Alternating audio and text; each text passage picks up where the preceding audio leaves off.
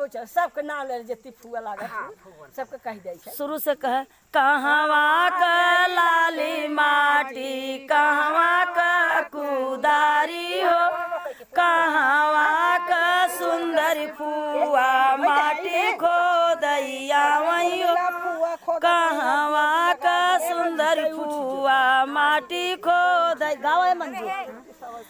चंपापुर का लाली माटी चंपापुर का कुदारी हो, चंपापुर का मिथलेश बुआ माटी खोदैया वही, चंपापुर का कुसुम बुआ माटी खोदैया वही, चंपापुर का कुसुम बुआ माटी खोदैया वही, कहवा का लाली माटी कहवा का कुदारी, कहवा का सुंदर बुआ माटी खोदैया वही, कहवा का सुंदर बुआ माटी खोदैया वही।